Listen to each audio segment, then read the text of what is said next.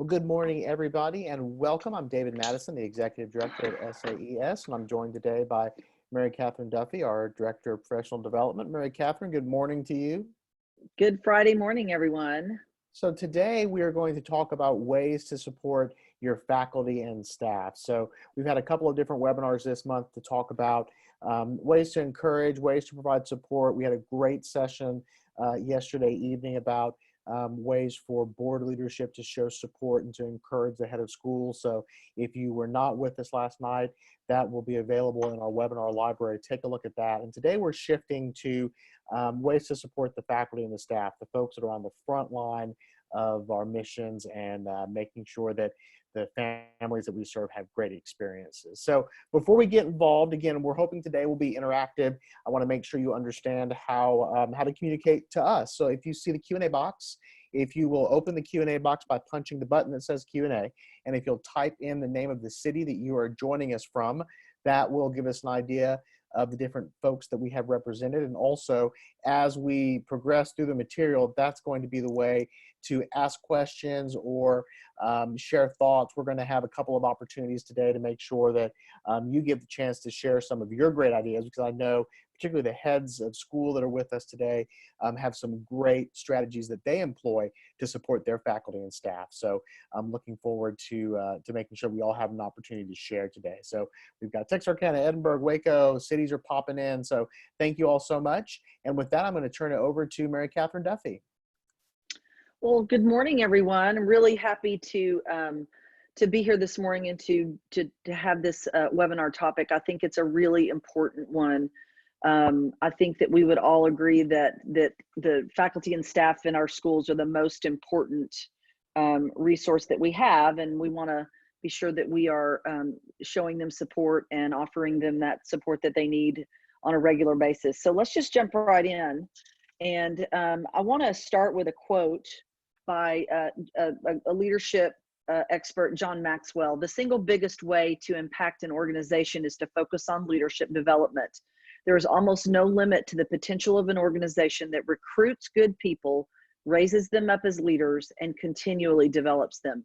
And I just think that as we think about the development and the encouragement of faculty and staff, I think this really puts it in perspective. I think that, as you know, we sometimes think that, well, if I'm a small school, that there's only one leader, but the reality is that all of our faculty and staff are considered leaders in our communities, and our job as a head of school is to be that team captain and to continually, or the coach, and to offer up as much personal development, professional development as we can to develop these people. You know, we talk a lot about in our organizations about, especially in Episcopal schools, about developing the whole child. And I think the same is true for our faculty and staff. Developing the whole person is really critical to our schools and our communities.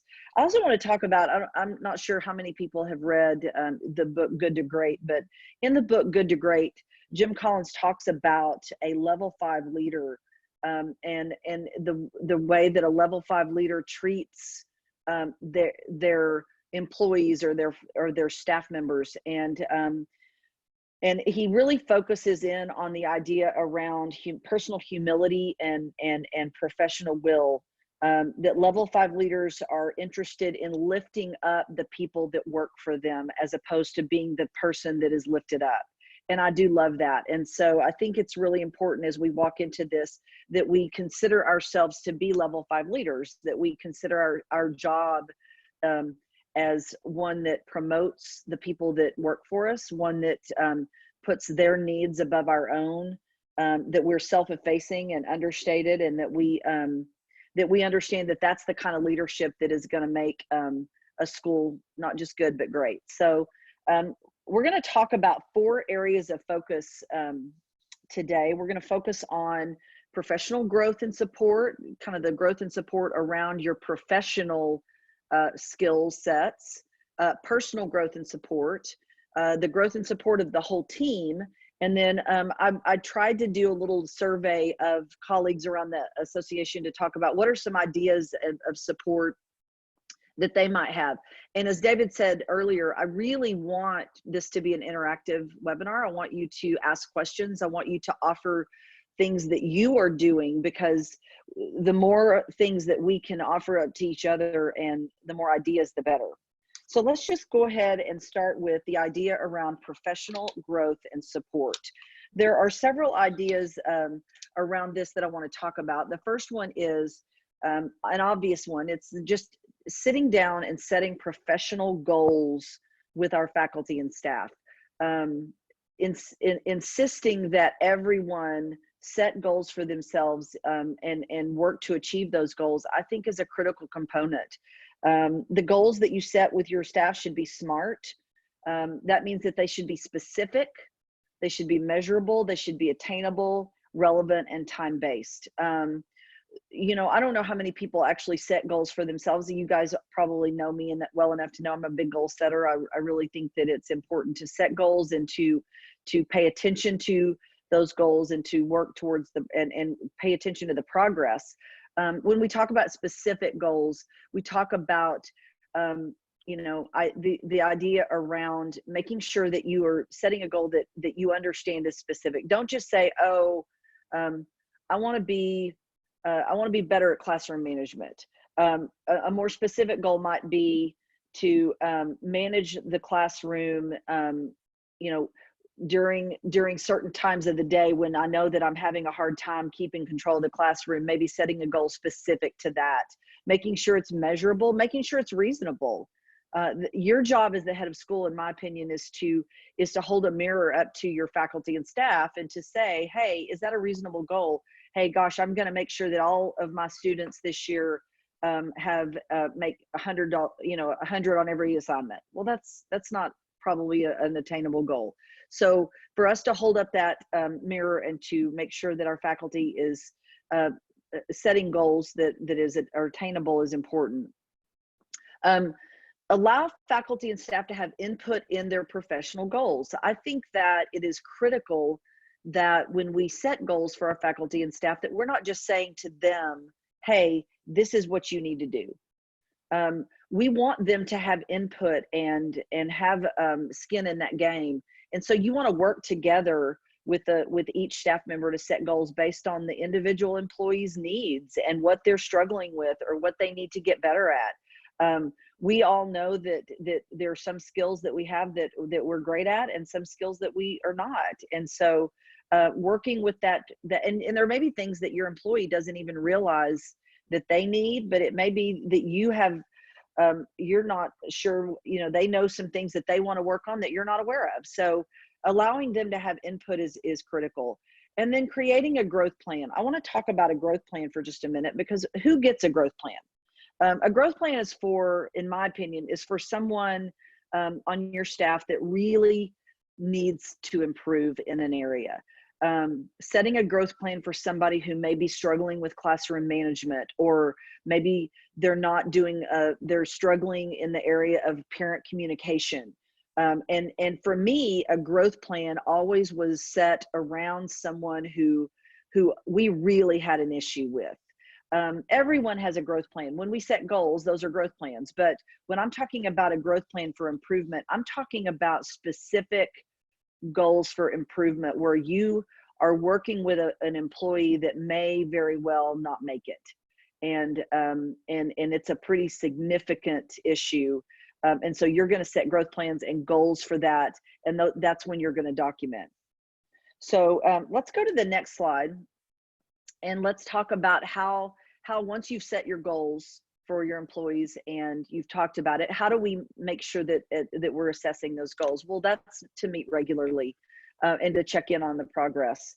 I realize that a monthly meeting may be too much, especially if you're in a bigger school. I was able to manage quarterly meetings, and that worked for me. I had about 30 employees at the time. That was about the best I could do. If you have 10 employees, you could probably do something monthly. But meetings should be opportunities for checking in on goals as well as anything else that they need to talk about. I always tried to pay attention to the things that they might need help with, things that they wanted to talk about, that they felt frustrated about. That could be something personal, it could be something professional, could be something that had to do with a team member. Just, it was an opportunity for them to just have my ear. And I found that it really did matter.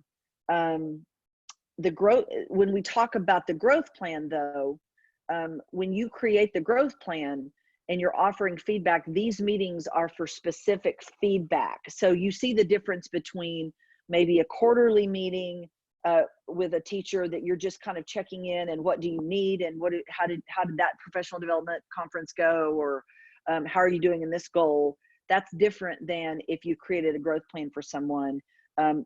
In that instance, you're going to ask, yes, you're going to ask all the same questions. How are you doing on your goals? But you're also going to check on specific things. Again, with the example of, we're going to do a better job with communication with teachers, faculty, parents, and maybe you've set a goal of, I'm going to communicate in a certain way with my parents. That would be the time that you would say, tell me how you're doing on that. How many times have you communicated with that parent? Does that make sense? So the meetings are similar, but if you've got a teacher on a growth plan, this is when you really want to make sure that you have checked in on those goals. One thing I do want to say as well, I found that these meetings with my teachers were really important to them. They really liked having that scheduled one-on-one time with me where they could talk to me about anything that they wanted to talk to me about. And so I encourage you not to skip those. I would get busy, and I will tell you that there were some times that I would go to a teacher and go, hey, do you need anything? Because if we're good, let's just skip the meeting. And I learned the hard way that probably wasn't a good idea, because a lot of times a faculty member, staff member will just say, oh yeah, I'm good, when they really were wanting to meet. And so I really encourage you, just from my own personal experience, not to skip those meetings. If you set meetings with teachers, to be sure you keep them. So another way that we want to, oh yeah, let's go back to that poll question. Let's go to the next slide. So I want to know, before we go to the next thing, if you conduct an annual evaluation on faculty and staff. So let's do a poll, and I want to know, because we're going to talk about this in just a minute, how many of you actually conduct annual evaluations on faculty and staff? And while that poll's open, I do want to affirm that yeah, the faculty members that say, oh yeah, everything's fine, we don't need to meet, it's still really good to have that time, just to have the opportunity, if for no other reason, to affirm that what they're doing is working, and just keeping I don't know, just keeping to build that relationship. Even though there isn't an issue to discuss, there's still value in even if it's 30 minutes, just sit down, Yes. have a cup of coffee, check in. If everything's going great, well then, you know what, that was a great meeting. I mean, my gosh, Yes. I don't know about you, but I'd love to have one or two more meetings that where everything was positive and there was no conflict. That sounds like a great idea. Yep, I agree. So I think everyone has responded, and there we go.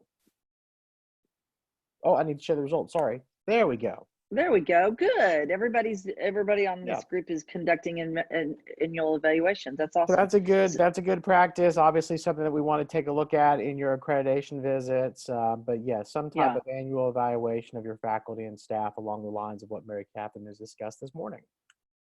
So let's go to the next slide and let's talk about what those annual evaluations mean. I think in terms of in the terms of support. I think everyone, and I've said this over and over again, I'm not saying everyone loves evaluations. They can be hard, they can be awkward, they can be kind of give you pause to wonder, am I doing a good job or not? But I think and believe that everyone wants feedback. Everyone wants to be good at their job and wants to know that they're good at their job. And so that's why I think conducting annual evaluations of staff members, and this is of all staff members, is really important.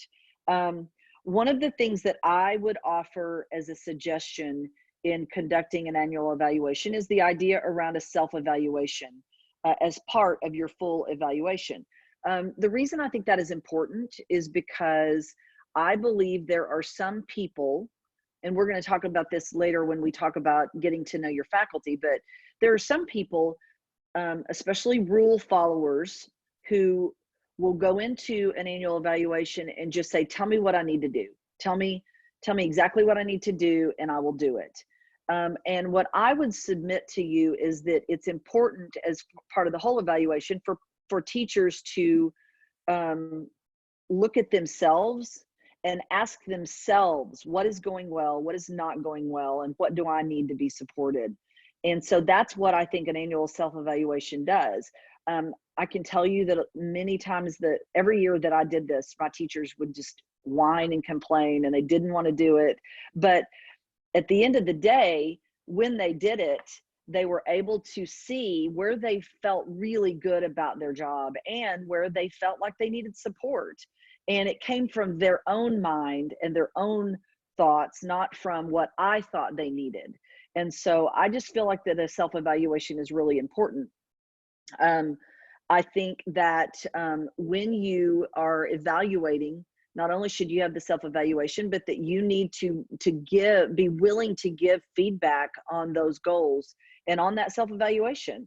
And then when you are doing your evaluation and you've gone through the whole process, offering the feedback on the goals, if you've got someone who is perpetually struggling as an employee, and you've got someone that you know is not a fit, or it needs some significant support and work, you need to create a growth plan for that person. And the reason you do that is because, number one, it gives you all the documentation that you need. It's important. Let's go to the next slide, because I want to talk about Brene Brown. It's important to be clear and to give feedback to people. Brene Brown talks about clear as kind and unclear as unkind. And I think that's such valuable advice, because the reality is that it is not kind for us to expect things of people that we have not told them. If I've got a faculty member that is perpetually late, that's an easy example, perpetually late to school, and I'm mad about that, but I never call them on it, a couple of things happen. Number one, they don't know that I'm mad, and so I've created a tension between the two of us. Number two, other people who are following the rules are watching this one employee get to do whatever they want, which is going to create animosity and difficulty within your staff. And number three, you can't expect somebody to improve if you don't tell them how you need them to improve. So the idea around being clear, naming the issue, having a difficult conversation, giving feedback, that is all, I think, really important. And it's a very hard but important way to support faculty and staff. So I do want to throw in if you don't mind, throw in the Q&A or the chat feature. I'd love to know if anybody else does self-evaluations. I'm not sure if anybody else does that, but I have found those to be really important. When you do a self-evaluation, the things that I would put in there would be, basically I did 4 questions. What is it that you love about your job? What are you struggling about in your job? What would you like, what kind of support do you need? And what are ways that I can support you? So it's not a big, it's a simple document, but it's a way that we can ask those questions. I think it does a couple things. One, I think it gives them the unspoken message just by asking them to participate is that you're valuing what they say and you're valuing their perspective. It also is going to yield a much better conversation, which will he or she will leave feeling supported because they'll be more engaged in the conversation. And so I think that's a really, really good idea. Can you repeat? We had one question. Can you go through those 4 elements again, MK? You bet. The first one is, well, and I'm going to tell you the truth. I would say, what sucks the life out of you? What brings you the most joy in your job? What sucks the life out of you in your job? What are ways that I can support you and what are some specific professional development areas that you would like to attend, things that you would like, what are some skills that you know you need, either personally or professionally? Yeah. So it's real simple. Identifying the professional highs, identifying the professional lows, identifying what I can do to be a more effective leader and source of support for you. And then Right. what are some specific areas where maybe we can look at some PD or some other resources that could help you be even more effective than you are right now. Exactly. Exactly. And I've seen a handful of different ways to do that, but all of the self-evaluations have those four elements, in my opinion. Right.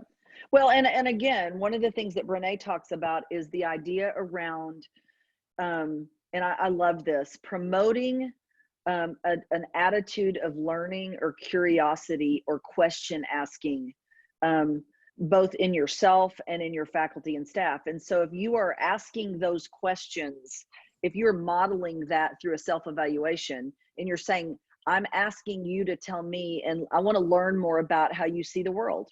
I want to learn more about how you see yourself and your job, and how I can then be that kind of leader for you. And so I think that's part of promoting that curiosity. So let's go to the next way that we can. So we've talked about annual evaluations. We've talked about setting goals. One of the things that I think is absolutely critical that heads of schools have a lot of input on is to ensure that the budget has funds for professional development. I think we would all agree that our budget, I have yet to see a school that says, oh, we have worlds of money. We have all the money. Right. We have more than we need. So one of the areas that I think, and I was guilty of this too, that I think takes a hit whenever the budget gets tight is professional development. But I would encourage you as a head to ensure that that does not take the hit when the budget gets tight, because the reality is that again, we've got to continue to develop our teachers and our staff in a way that they can learn the best practices, that they can see the latest research, brain development. All of that is so critical. I'm not saying that everyone has to have the top of the line budget. We have a best practice of anywhere between 2 and 3% of an annual budget for professional development, and that's tough to hit. I'm not going to tell you it's not, but the fact remains that there are ways to do professional development that can be cheaper. One of the ways that we're doing it right now is through webinars. The webinars it's a big deal these days, is webinars and online content. So I would ensure that your budget does have a professional development line item. Another thing that I really love is the idea of attending a live event. And I know that this is a shameless plug for Biennial. It's a shameless plug for us, but here's the deal. We believe that what we're doing at Biennial is more than just professional development. When you bring your whole faculty to a live event, you are promoting camaraderie and team building. You're giving people, it's kind of like when you were in college and you studied all night with somebody, now you're their best friend. When you travel with people, when you spend time outside of the classroom with your colleagues and your peers, you learn more about them, you have fun. That is really, I think, a great way to team build. And so I would encourage, and I've talked to a couple of other people who've done this, encourage the idea around budgeting for attendance at a live event. We do the Biennial Conference every other year, so we give you the opportunity to think about that in advance. And I really think that that's an important one. And finally, to include your faculty and staff in overall PD planning. I don't know how many people are doing this, but I would think that if you're going to set aside 2% of your budget for professional development, that you should at least say to the faculty and staff, hey, we know we need to do some math planning, but what else do y'all want to learn about? What else do you want to know? So poll question, do you include your faculty and staff in the annual PD planning? I'd like to know if you guys are doing that. And this is something that I think it's a great way to get buy-in, a great way to get engagement. Just whatever your normal scheduling timeline is, back that up a little bit so you can give an opportunity to accept some feedback before you commit the time and the resources to who you're gonna bring in, or whatever the activities are gonna look like. And take a look. What do you think about that, Mary Cathy? Oh, that's awesome. Yeah, Well good work, done. gang. Good work. Because, Yeah, I'm glad. part I know lots of heads, sometimes they don't think about this. Sometimes the heads, this is something they maybe work on in the summer when all the faculty is away, or something. And I know that I was guilty of sometimes putting together some PD opportunities for my faculty in a vacuum. They sounded Exactly. like, they sound like great ideas to me, and it was things I wanted them to hear. But the downside was, by me doing it that way, I prevented the highest possible level of engagement, as opposed to when I did solicit their input. I was still able to, it's a two-way street. I mean, just because they give input, that doesn't mean that I don't still have a say in the matter of what the plan's going to look like. But the fact that we took some input in did two things. One, it made the plan better. And two, it guaranteed a higher level of input from the folks who are going to be involved. Right. And before we go to the next section, I want to say one other thing about professional development.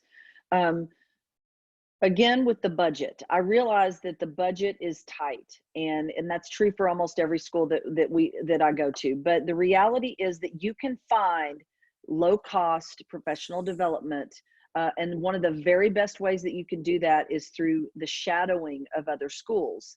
And I cannot emphasize enough that part of the gift of this association is that we all want to be helpful to each other. And so if you want to have the opportunity to send your teachers to a school that's doing really great things in early childhood, or you want to see a science program that's incredible, that's a great way to do it. And I have never seen a school, I mean, I sent people to all kinds of schools all over the place. And every single time we would go in, the teachers and the administrators would go, "Hey, take pictures here, take this, take that. This is what we're doing." That's the best part of this association, is that we are collaborative, and we are sharing information and ideas. And so don't sit in your own community and think, "Well, I can't afford to do professional development."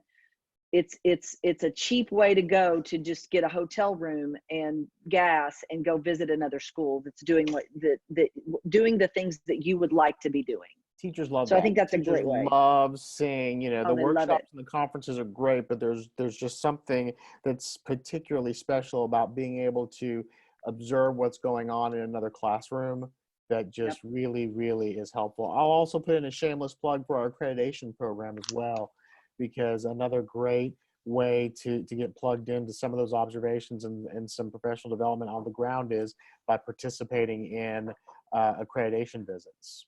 Oh, for sure, for sure. Okay, so the next section I want to talk about is how to develop your faculty and staff on a personal level. So we're going to go to you're going to go to the next slide. We're going to talk a little bit about, so we've talked about professional growth and development. And now what I want to talk about is the idea around personal support for faculty and staff. And if I'm being honest, I feel like this may be as important, if not even a little bit more important, because it may be the thing that some of us struggle with the most in terms of how we offer personal support for the people who work with us. So the first way to do that for me would be to understand what support looks like for each faculty and staff member. Again, I realize that some of us have schools that we have 100 faculty and staff, and that's a lot. And it would be difficult to be able to get to know each individual person in a personal way. But one way that you can consider doing this is the idea around personality testing. I'm a big proponent of the Enneagram as a personality profile testing, but you can do any kind of testing. You could do DISC, you could do Myers-Briggs or whatever. But what I love about this idea is that it helps you see that you are not the same as other people, and it gives you a better understanding of how other people view the world. For me, the Enneagram does that because it goes deep into the motivations of people as opposed to just behavior. And for me, that's been a really helpful tool to understand myself and to understand other people. When I did this, I did an Enneagram workshop for my faculty and staff. And what was so interesting is that I really found that almost every single person on my faculty and staff was very, very different from me in how they received information, how they viewed the world, how they dealt with stress. And once I knew that, it was a much easier task for me to be able to support them personally whenever they were dealing with any kind of thing in their classroom or any kind of thing in their personal life. And so understanding your faculty and getting to know them, I think, is critical. I think also adding a personal goal component to the annual goal setting is a really good idea. I like the idea around creating personal goals and encouraging your people to do that.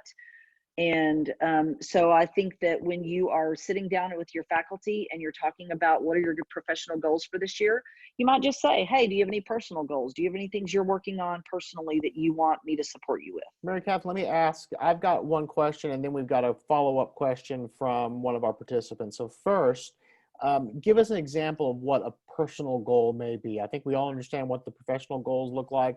What's an example of something that may come up in that conversation? You know what? Interestingly, I had some people that an easy example is a health goal. I had people who would say, hey, I really want to be healthier this year. I'm going to be working maybe on a weight loss goal, or I'm going to be working on some trying to eat better, or I'm going to be working on trying to get better sleep. So that's an example of a goal. Another example may be that I'm going to try to be more structured in my personal life and my professional life. So I'm not going to stay at the school until 6 o'clock at night every night. I'm going to go home at 4 and I'm going to spend time with my kids. And so I think one of the, and I talked with another head about this very thing. It's good for us to encourage each other in our family lives and in our personal lives. And so that would be, for me, those are a couple examples of personal goals that I did work with other people on that really I think was helpful. And and that's the reason I'm asking the clarifying question, because I think it is important to open the door to that. I think it also can be a little bit tricky if, depending on what the conversation is, what the topic is, Yes. about something so personal being involved within the context of this type of conversation at work. So I don't disagree with that. obviously, I think you're right. everyone's going to navigate that differently, and it also that goes to the the community. It goes to all sorts of things, but Right. obviously that can require some delicate navigation depending on where that conversation goes. If that For makes sure. sense. And that's a great point. Follow up question about the personality test that you liked as a tool. I think that's a reference to the Enneagram. Yes, it's Can called you the tell a little bit more Enneagram. about that? Yeah, the Enneagram is just it's actually an ancient, it's a pretty old typology, and it kind of talks about that people fall into 9 basic types. Some people push back on personality testing because they feel like it puts them in a box. But what I think is that for the Enneagram, it just tells you what box you're already in. The idea around it is that you begin to understand yourself a little bit better. You understand each other a little bit better.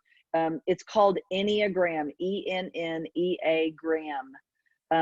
It's a fantastic tool, and it has really been transformative in my own life. But it was transformative for me to understand my faculty better, especially when it came to the ways we handle conflict, because obviously I'm a little bit more of I'm a type 7 on the Enneagram, and so I'm a more direct, I don't want to say aggressive, but probably an assertive more type of personality, where conflict isn't a problem for me as much as it is for other people. And so it really helped me with my faculty understanding that they weren't like that. And so I was able to offer them that support. So I do encourage any kind of personality testing where you understand people better, I think is really good. So let's go to the next slide and let's talk about more ideas for personal support. So I try to think about the ways in which I would find areas in which I found that my faculty needed support. And one of the ways that I felt they needed it is for me to understand and know the challenges in their classroom. You know, we as heads of schools, we've got a lot going on and we're busy. And sometimes we forget that teachers are struggling in their classrooms. And this goes back a little bit to the typology or the typing system, the Enneagram. When you have teachers who are in their classroom and they're struggling, there are some people who aren't going to tell you they're struggling. And so if you are understanding your teachers, then you're going to know if there's challenging kids in the classroom. Have they taken on new curriculum? Is there a new grade level that they've moved to? You know, for a personality like me, change is not that hard. I don't love it, but I don't mind it. And so challenging things like new curriculum or new grade levels is not that big of a deal for a personality like me. But for some people that are who don't like change, it's a real challenge. Even if they're great teachers, it's a challenge when they have to take on new curriculum or they have to take on a new grade level. When they have challenging students, you know, we all know that every year you have a new crop and you may have a couple of kids that are challenging behaviorally or academically. Those are things that you as a head of school need to understand and be able to support your teachers in. And Mary Catherine, one of the things that, you know, in different leadership roles I've had, the Enneagram, as important as it is for kind of self-reflection and self-growth, for me, the biggest part is learning how other personalities approach things. Yes. How other personalities approach stressors, how other personalities react to conflict, those kinds of things. That's one of the biggest payoffs, I think, of studying that or any kind of you know, typology or personality. We had a personality assessment or tool. We had a question from a participant that asked, when you did this with your faculty, did you bring someone in to do this, or talk to us about how you introduced this with faculties? Well, actually, no, I did not. What I did in that situation is because I know the Enneagram so well, I did it with them, but I also had my priest who happens to be understand and know the Enneagram, and we kind of did it together. And so, but you can bring people in, and it's a great thing for you to do. I've seen it done in several faculties, and it's been really helpful. And again, as a head of school, what to your point, what you just said is really critical, because I can remember having a faculty member that I needed to move to a different grade level. And this was a 25-year teacher, and she's phenomenal. And she's maybe the best teacher I had. And she still struggled when she had to move to that grade level.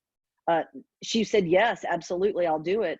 But once she was in it, it was all new. And she had to start over. And so I knew that was but I knew she could handle it. But there had been other teachers where I did not do that with them. I knew that was just not going to work for their particular personality at that particular time.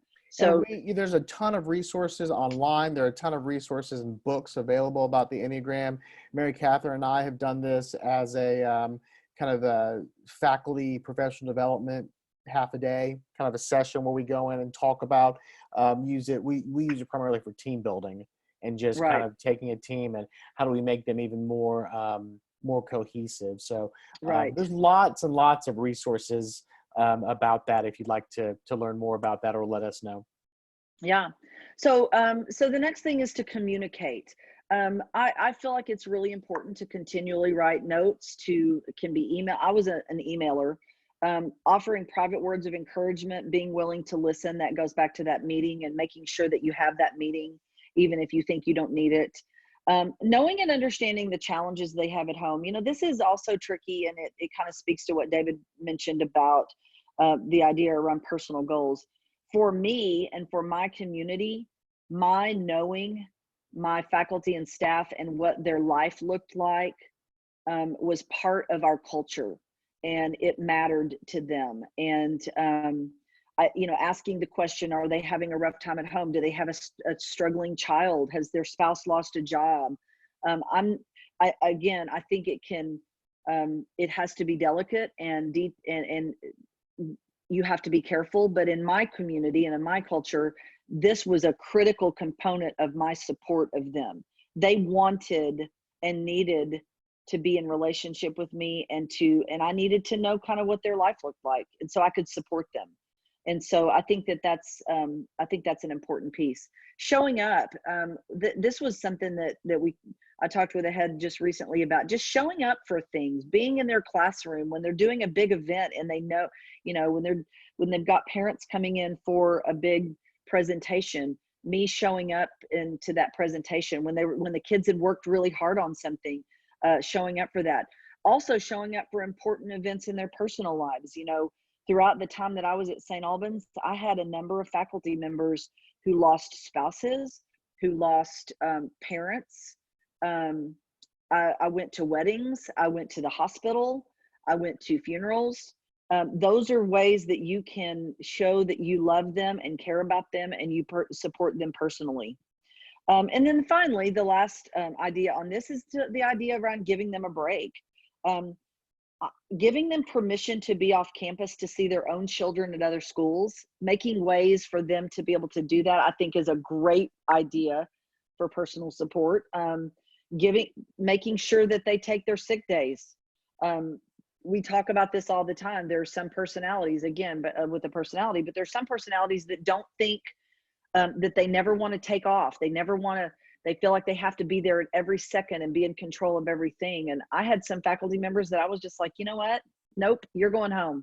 Nope, you're not going to miss that event at your kid's school. No, you're going to one of the things that I always did is, if you had to take your kid to college, even if it was on the first day of school, which is oftentimes I had parents who took their firstborn or their secondborn to college, and it coincided with the first day of school. And so, or it coincided with parent night.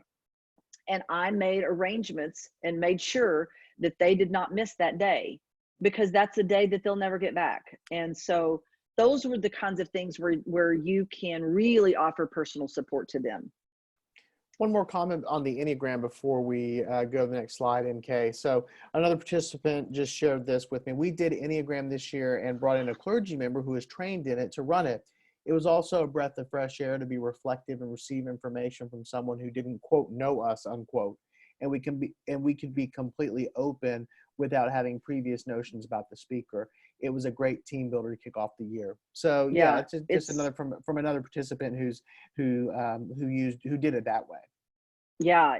And the beginning of the year is a great time to do that. It's just kind of gets everybody on the right track. I've done that with a couple of schools where we started in August, and just a great way to get started.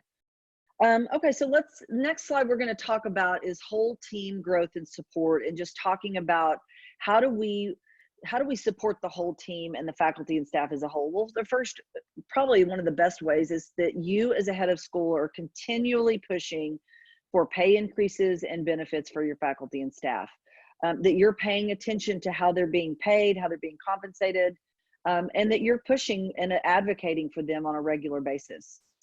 Again, with the planning and the budgeting for whole group attendance at live events, I could not stress this enough. There's just something about traveling together and learning together and getting out of the classroom and getting into other places that really makes a difference. Having regular whole group get-togethers, both professional staff development and social events. I love a good party, as you all know. I love a good party. I love to have fun. And I felt like that was a really important way for us as a group to bond and get to know each other. And so we tried to do at our school regular events, and also both regular staff development where we're learning as a whole group. And then offering team building. Not everybody likes team building. I love me a good icebreaker. I love to do things that make people kind of get out of their box. And I do not. And David does not. And I made a note for myself. Some people will not love this, and I know that. And I'm not suggesting that you do it the whole time and every single time, but I think a good icebreaker, a good activity where you have to build together as a team, I think is really critical. I'm out of my box enough. Thank you. Yeah. So let's go to the next slide and let's talk about ways that you, continued ways that you can support your faculty and staff. Showcasing good work in newsletters and at parent gatherings. I don't think that you can promote your teachers enough. I don't. I think that your parents need to see all the things, all the hard work that your teachers are doing. And we all know that there's not enough of this, that not everybody, you just don't see the work that we do behind the scenes. And so showcasing that, I think, is critical. An easy way to do this is to ensure Teacher Appreciation Week is a big deal. We always had Teacher Appreciation Week in May, and I just usually tried to make sure that we really made it a big deal, and that we really we fed them and we promoted them and we talked about them, because they're so valued and they're such an important part of the success of the community. Another thing that we did that I thought was really cool, and I don't even remember where we got this idea, was the offering the opportunities for teachers and to peers to promote each other. So at our faculty meetings, we did a thing called Race for the Roses. And what we would do is we would have roses at the faculty meeting, and then people who wanted to promote somebody on the staff would, when they walked in the faculty meeting, would pick up the rose. Be sure that you get roses that don't have sticky things, because yeah, the thorns roses are not happy. That does not make for a happy promotion. But that they would come in and they would pick up a rose, and then they would promote each other. So I might come in as the math teacher, and when it was my turn, I would say, I want to give this rose to Cindy over here, because Cindy spent all afternoon helping me put together some math packets, and I really appreciated that. And what it does is it has them watching for ways in which they can support each other. And so I loved that idea. We had a question from a participant about what are some big things that people do for TA week. So other ideas on Teacher Appreciation Week. Gosh. I think this is a great opportunity for, if you have a parent auxiliary, to get involved. I think it's a great way to kind of get them plugged in. We had a couple of different things. We didn't have a Teacher Appreciation Week per se, but we had at various times throughout the year different ways for the PTO, the parent teacher organization, to show appreciation. So things like before Thanksgiving break, every teacher got a homemade pie. Yeah. Homemade pumpkin pie, homemade apple pie. And you got to, a couple weeks before, they would send a little card around. You got to pick what flavor you wanted your Thanksgiving, your holiday pie to be. And that was and then they would bake, every, parent in the PTO would agree to bake 3 or 4 pies. And then they would give those to the teachers as they went home for Thanksgiving break. That's a great idea. That was a lot of fun. And again, depending on the scale, you don't want one person to be baking pies 24 hours a day for a week. But if you can get a handful of folks plugged in, that's a pretty easy thing. Everyone can bake 2 or 3 pies. Gift cards, another popular thing that we did, that was before the Thanksgiving break. Before the Christmas break, the PTO would do little gift cards. And they would send around a little form to all the teachers, and they would get to pick, do you want a Chili's gift card, or do you want an Amazon gift card? And then they would get a little gift before they went home for Christmas break. So that gives you an idea. I think it's great to have a Teacher Appreciation Week. I think it's also kind of fun to sprinkle some things throughout the year as well. So, Mary Catherine, did you any other ideas when you were on campus? What y'all would do? Yeah, we had a couple of things that I thought was in the later years that I was at St. Albans that I liked. One of them was that the PTA, the parent teacher group, put together a cart that had all kinds of goodies, and all during the week, every single day of that week, the cart lady would come out, and she would just go from room to room, and teachers could pick a snack or a drink that they wanted. We did massages. The last couple of years, the parent teacher association paid for a 15-minute massage. We happen to have a massage therapist at our school whose kid was at our school. So she donated quite a bit of time, and they paid for quite a bit of time. And so teachers could sign up for a massage, and it was about a 15-minute neck massage. It was awesome. We've done, of course, we killed them with food. I mean, we just like Taco Tuesday and, you know, dessert Wednesday and pasta on we Friday. did a monthly PTO breakfast as well. That was really, really popular. Again, so those are just a rotating volunteer list, bring in breakfast one day a month. Yeah, and we've also done some things, you know, in the years past, we did some things that where we would give a half day shopping, and the PTA would come in and do, you know, watch the class, and the teacher got to sign up for a half day of shopping before Christmas. So those are all good ideas for appreciating your teachers. And then finally, just praying for them individually and collectively. And we talked about this last night, but I think it's critical. Just the idea around not only praying for them, but telling them you're praying for them. Right. Keeping a list of things that, you know, that they're struggling with or they need prayers about. You know, you can do actually a prayer box where you just say, hey, can y'all, I want to pray for you. Put in the box. You don't have to put your name, but put in prayer requests and let me know what they are so that I can be praying for you. So I think that's really important. And let's go finally to our last slide, which is I kind of did a little email around to my colleagues and said, give me some more ideas of things that you do that you love to do for your faculty. So these were some of the ideas that came from around the association. Social events off campus, bowling. I did take my faculty bowling, roller skating, going to the movies together, happy hours together, regular social events planned ahead and paid for by the school. There were a couple of times where we would all meet and I would buy all of the appetizers. I would budget and buy all the appetizers, and then people could buy drinks on their own. Lunch ordered in monthly for birthday celebrations. Healthy living opportunities, providing water. You know, this is something that we didn't do for a lot of years. And all of a sudden I was like, why are we not providing water? And so we got Culligan delivered and we provided water in both teachers' lounges, and they get water, all the water they need. That's good for them. It's healthy.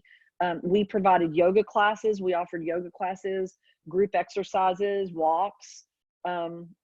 Another thing that I love is substituting in their classrooms. And I will tell you that if you can find ways to just say to, you know, give teachers a little bit of time and you go in their classroom and substitute for them. Now, I realize that when you've got a huge school, this may not be a reasonable thing, but number one, it really gives you an understanding, I think, of what your teachers are going through. And number two, it just really sends a message to them that you're willing to support them. If you go in and say, hey, I'll take your class while you get an extra 10, 15 minutes after lunch, or I'll take your class because I know you're sick, you go home. That goes a long way.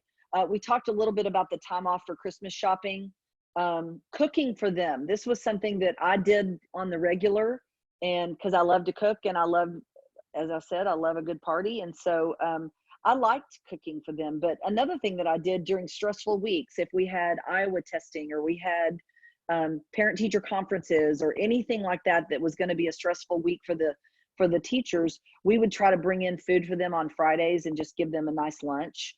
One other thing that I didn't put on here that we did too is we gave our Friday lunches, we did an extra 45, we did a 45-minute lunch instead of a 30-minute lunch. And we did it outside, and the teachers did not have to do lunch duty on those days. They got a 45-minute lunch every single Friday at our school. And the parents would come in and help with Pizza Friday. We did it outside. The kids got an extra 15 minutes of recess, and the teachers got to go off campus, and it was nice. And that was not my idea. I stole that from a friend years and years ago. So, but the teachers really loved that. And then finally, holiday parties off campus. If you're gonna, I gave a staff Christmas party at my house 17 years in a row. Actually, maybe no, that's not true. I missed 1 year when my mother-in-law was sick, but other than that, I did it every single year at my house. I cooked for them. I welcomed them. Now, not everybody likes to do that. I realize that not everybody's a cook and not everybody wants to do that. But for me, that was a love language that I could show them that I cared about them, and I enjoyed it. So those are my ideas. I don't know if at this point we want to offer up any other opportunities for people to ask questions or throw in their ideas. That's a lot, I realize. Yeah, we've got a few more minutes. So before we sign off, if anyone has any follow-up questions or any other ideas they want to share with the group, we'll take a moment or two to give you some time to enter those into the Q&A box.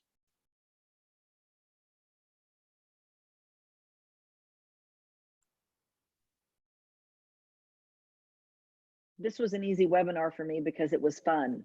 It was fun content. Yeah. Ways for This is fun. It's fun to come up with different ideas and different unique ways to kind of to sprinkle in some sunshine into into a challenging job. Exactly. Exactly. So gang, thank you so much. We're going to stay online for a couple minutes, but I'm going to go ahead and end the recording. And again, Mary Catherine, thank you for all of your ideas today. You bet. It was fun.